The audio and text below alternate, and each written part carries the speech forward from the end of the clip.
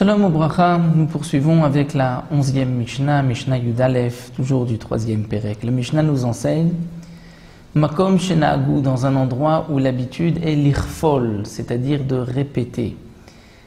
Les psukim du Hallel, l'irfol, on répétera.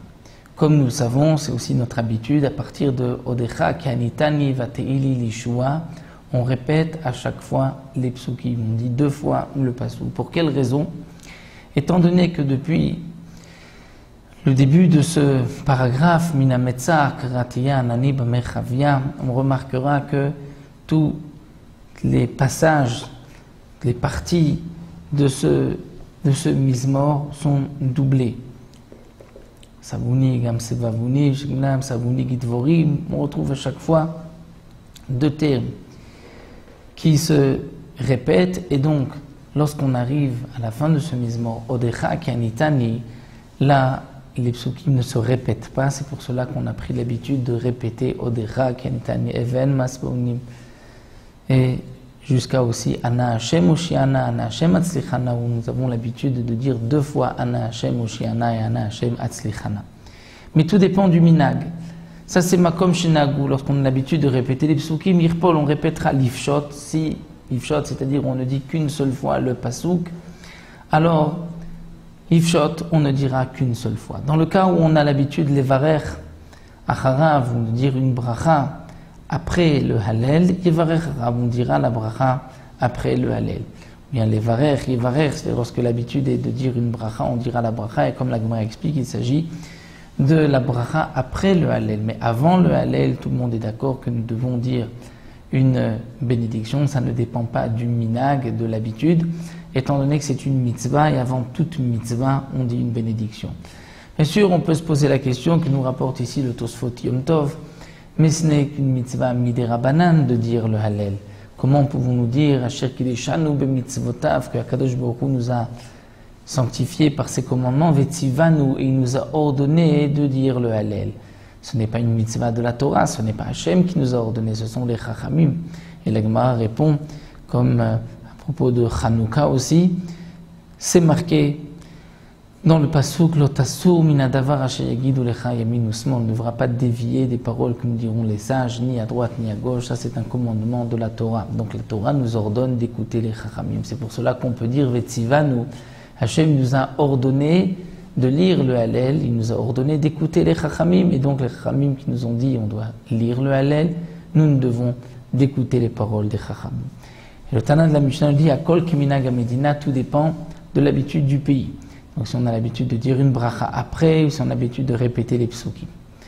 Une autre halakha que nous rapporte le Tana de la Mishnah, Alokeach lulav mechavro bashvit, celui qui achète un lulav, donc les arba minim et un etrog aussi, de son ami Bashvit pendant l'année de la Shemitah, Notenlo etrog bematana. Il devra lui donner le etrog en cadeau, les fiches en rachaïl lakro Bashvit, parce qu'on ne peut pas l'acheter pendant la Shemitah, pendant la 7e année, l'année shabbatique. L'explication de cette Mishnah, c'est que pendant la Shemitah, la 7e année en Eretz Israël, sur la terre d'Israël, nous avons l'obligation de laisser la terre se reposer.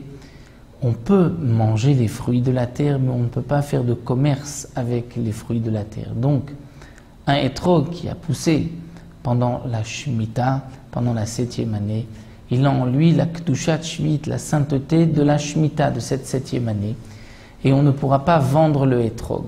Comment faire pour celui qui veut acheter un etrog pour accomplir la mitzvah? Donc, il va chez le propriétaire du champ, il veut lui demander un etrog. Alors dans le cas où le propriétaire est au courant des halachot, c'est un talmid chacham, il laissera prendre le etrog dans son champ, puisque le champ est hefker, est abandonné, on peut venir se servir. Mais lorsqu'il s'agit d'un hamaharetz, d'un ignorant, il a donc ce etrog, et on ne peut pas acheter le etrog de ce hamaharetz.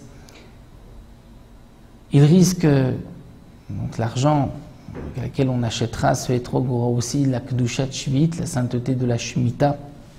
Donc comment faire pour éviter de faire du commerce et que l'argent qui soit donné soit aussi de l'argent qui deviendrait kadosh, saint par la sainteté de la Shemitah.